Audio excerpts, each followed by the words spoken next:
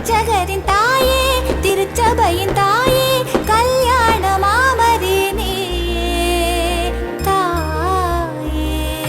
திருமணம் வரம் தரும் திருக்கல்யாண அன்னையின் பேராலய பெருவிழா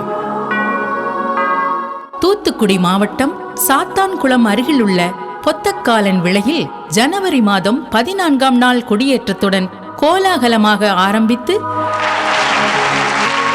ஜனவரி மாதம் 22, 23ஆம் தேதிகளில் அலங்கார தேர்பவனி நடைபெறும்.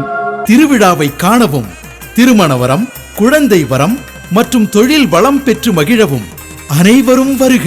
திருக்கல்யாண அன்னையின் அருளாசீர் பெருக.